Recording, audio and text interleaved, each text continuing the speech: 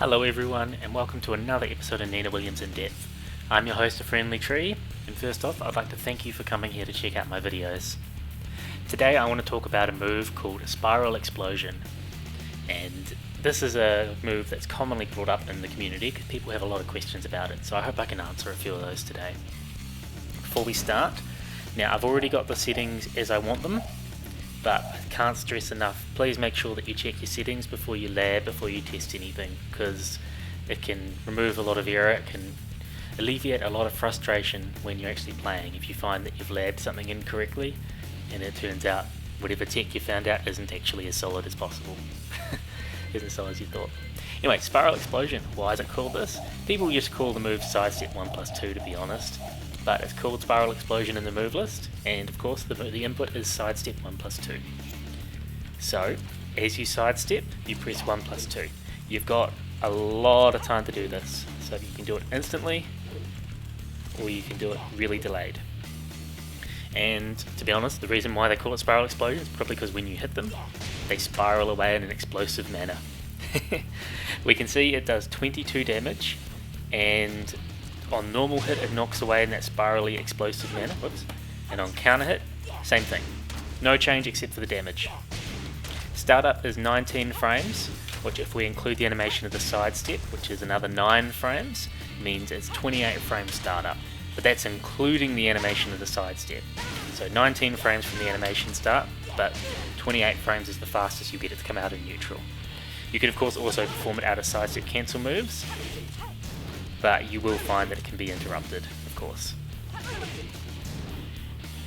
Anyway, it's still useful there. Range-wise, I find you want to use it at about range 2.4. So if we get to range 2.5, or just beyond 2.5, I find a sidestep right, it'll reach. But if we get to the same situation and we do a sidestep left, if we get just past range 2.5, there we go. Oh, well now it's working. Okay, well I find it a little bit less consistent at the 2.5 if you sidestep left. And it's probably going to differ depending on the opponents that you verse.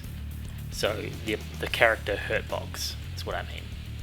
Their idle stance or their moving stance will probably affect the range of this move. But okay, so maybe 2.4 to 2.5 is sort of the range where you want to sort of draw the line on using it. It starts up in 19 frames like I said, and it's only got one active frame. So it's not a move that lingers after it's connected, or after it's initiated.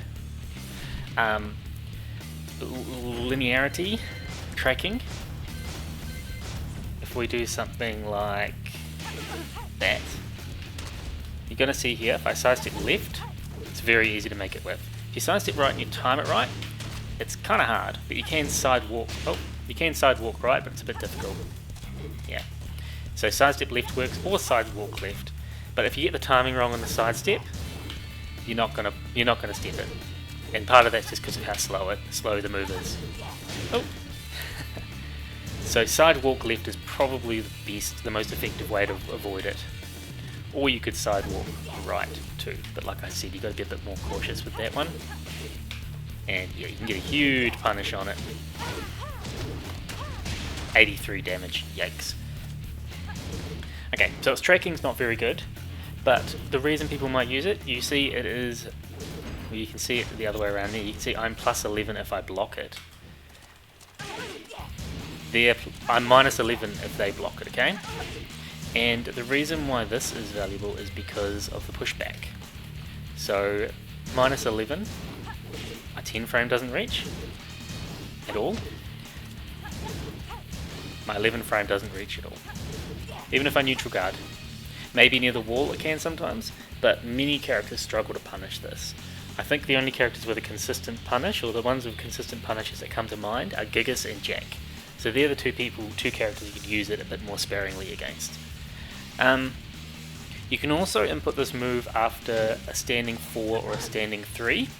For example, 3 then sidestep right, 1+2, or 4 sidestep left, 1+2. And that's the same move. So it's got the exact same properties as sidestep 1+2. Spiral Explosion. we do need to talk about the fact that it's that it's a normal hit launcher, but I'm not going to go into too much here because we'll go into that with the application a little bit more. But it does give guaranteed follow-ups. So, for example, you can do that, or that easily enough, or you can actually pick up.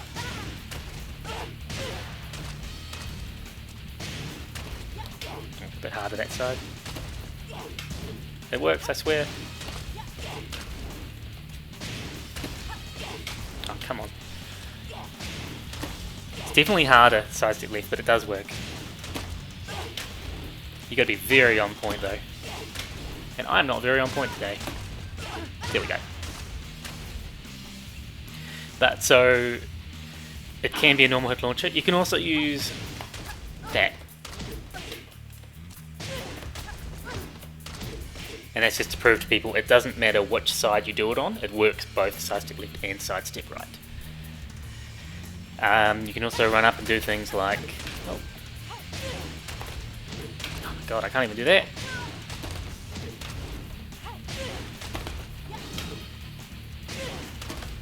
Yeah, like that. So it is a genuine launcher, it's just quite tricky. So it's one of Nina's safer launchers with range, but it's still pretty slow. Alright, so with that in mind, we'll talk a bit more about the combos in a moment, and we'll go on to application. So using this move in a match isn't too challenging, I don't think. Using it effectively, on the other hand, can be very challenging. A strong part of Nina's gameplay is just her jabs and her sidestep mind games. So for example, with her jabs, you've got the extensions you can use. Once you've got once you've got the respect, you can start using a sidestep pressure more effectively. And something to pester people who are just stand blocking can often be the low here. But you can mix that up with things like a sidestep 2, but you've got that high risk. So sidestep 1+2 is slower, it's that lower risk, and it also gives you that spacing, okay? So it gives another mind game on top of that against a lot of characters, where they'll do that, they'll try and press a button and you can whiff punish them. So I use it post conditioning, or I use it in situations where I think the opponent's going to respect, because as well as trying to get the hit, you've also got a mind game after, as long as you're not versing one of the characters that can punish it, as I said before. Do be aware that people can challenge you here, so that's why you've got to have the respect beforehand. Likewise, you can just use it in neutral, really. Oh. And just try and throw it out, because of the sidestep, it has evasive properties. So, I mean, that's probably the main use for it, is just you're trying to use it to, well, in a bit of a mix-up, a bit of a mind game, and use it as a safer option opposed to doing something a bit riskier, like that. Why don't I do a throw there? Oh, it's because I'm pressing the wrong button, sorry. So you can still do it in any sort of scenario where you think the opponent is going to respect or anticipate a low. So I'd use it as a 50-50 tool, honestly. It doesn't hit on the ground, so you really want to use it just in standing mix-ups, in my opinion. You can use it as a pretty low risk option, especially when they're low health. When someone's anticipating using lots of low pokes, or you've pested a lot of low pokes, sidestep 4 being obviously the best example here, because you can do a delay sidestep 4, and then you can just throw out a sidestep 1+2, or a delay sidestep 1+2, and you try and get them reacting to that sidestep animation, because that's so much of the startup of the move. Once you've done that, it's good for comebacks, because you do have options, easy options, that straight into Rage Art is going to connect. So it's a huge comeback factor of a low risk move. As I talked about before, you can also do other combos. You can do something like that if you want even more damage, if you're confident in your inputs.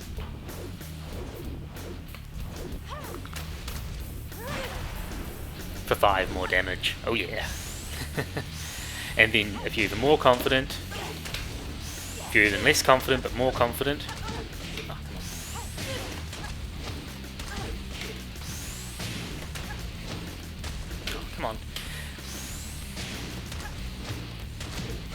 Okay, let's talk about this, because that's a struggle, isn't it?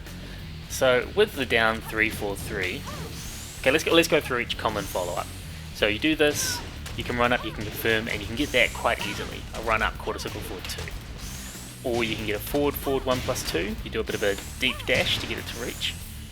Then the next hardest would be the down 3, 4, 3. Right? So a lot of it's just about getting the dash as fast as you can, and realizing you don't actually have to dash as far as it looks. The next hardest would be the quarter circle forward 3. So this one I want to talk about, because people ask a lot about this.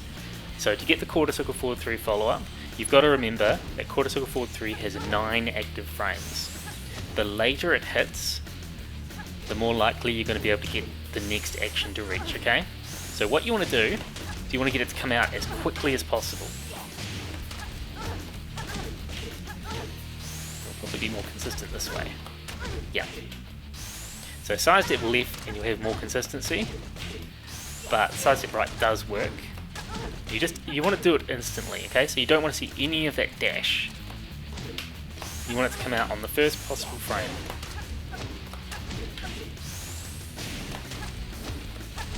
There we go. And that was actually a part of it was because I did a deeper sidestep. Yeah. So, okay, being off axis, sidestep left is easier to do. Deeper sidestep right. And just making sure you've got the quarter circle forward 3 coming out as quickly as possible. The quicker the better, obviously. Okay, and the hardest one to connect is the down 2. And it's the same as the down 3, okay? So you just got to dash and do down 2.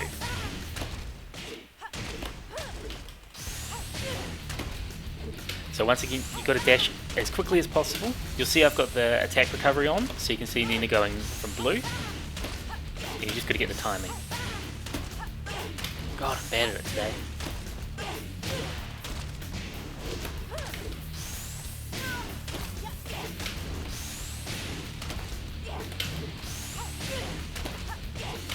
Wow, I'm bad at it.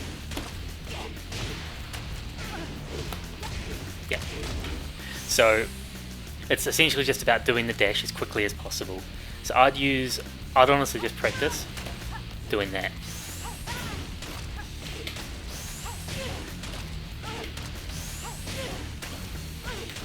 I could sit here all day doing this video silently, practicing this and getting it wrong.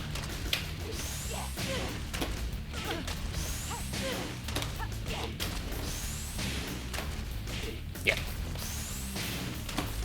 Once you get a feel for the time, it's still very hard. I bet you all hoped I was going to say once you get a feel for the time, it's very easy.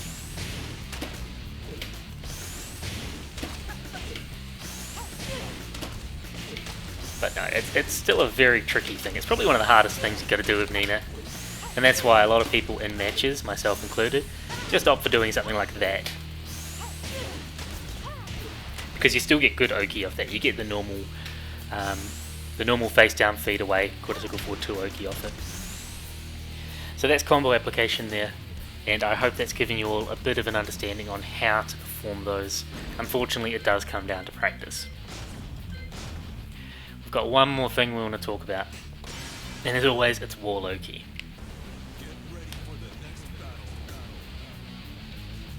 It's not very scary, but it's cool. So get ready for some cool Oki.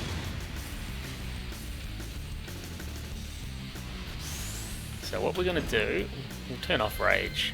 We don't need rage on. We'll go to the wall.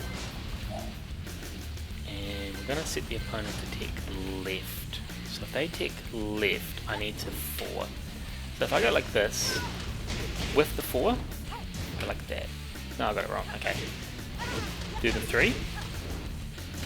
Hold on. If I go to the side.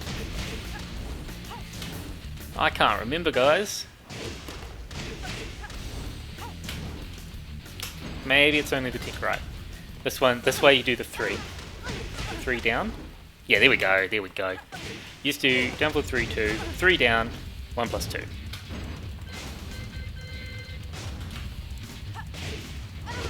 Sorry. Yeah. And you hopefully noticed that did reach a little bit closer. which means it should be easier to do this.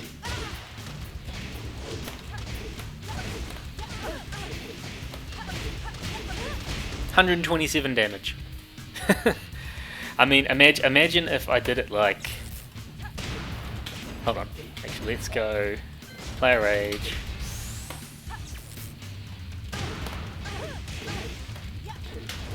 Nah, we can do better, we can do better.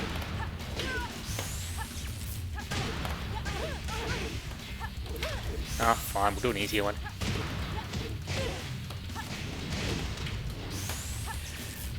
I love how my easier one still doesn't work for me. Sad face.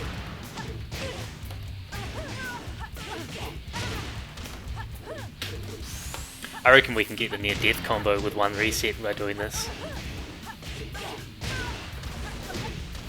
Ah, whatever.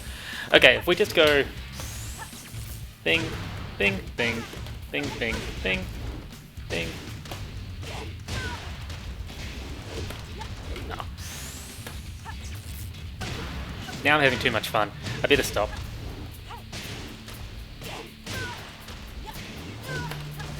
Yeah, I'm gonna stop there. You get the idea anyway. I pulled off that first one, and because of the situation there, using that Oki, it actually leaves them closer because of the axis, so it's easier for you to get a combo. So if you think the opponent's going to tick left, and you want to really show off with what you're doing, you can do that for a cross-up reset into pretty much KO, depending on the stage. Yeah. Anyway, that's all the Oki I want to talk about there. It does also wall splat itself, and you can do things like that, or delay there. There was another one, it was this. But once again, if you do this and they stay grounded, you're not going to get much. So it definitely has its uses though. You can definitely use it for pressure, and yeah, go crazy with it. Oh, that wasn't it. Oh. I'm horrible at this. Oh.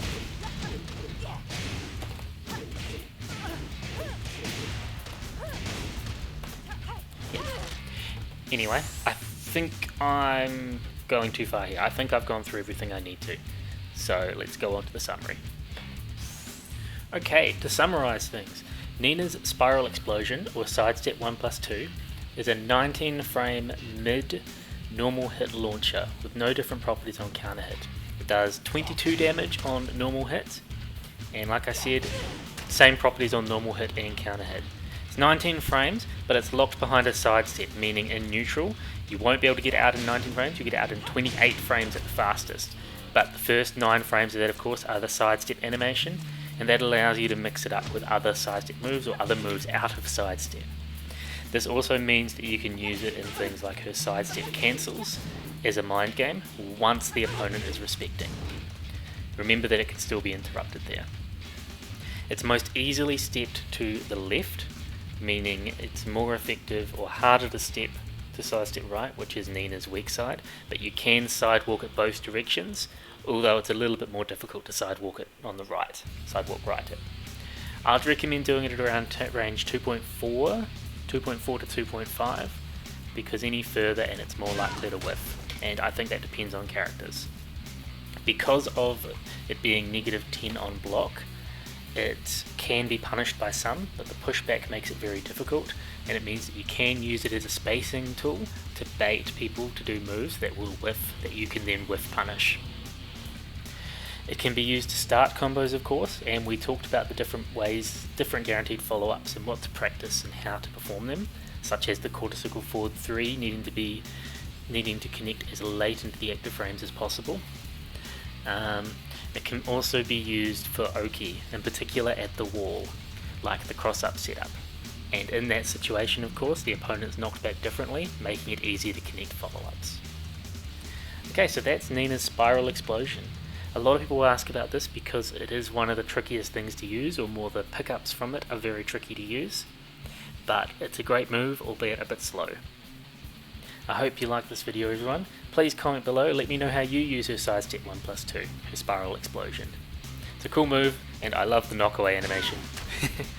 Anyway, I think that's it for now, so thanks everyone, we'll catch you next time. You win. What's done is done.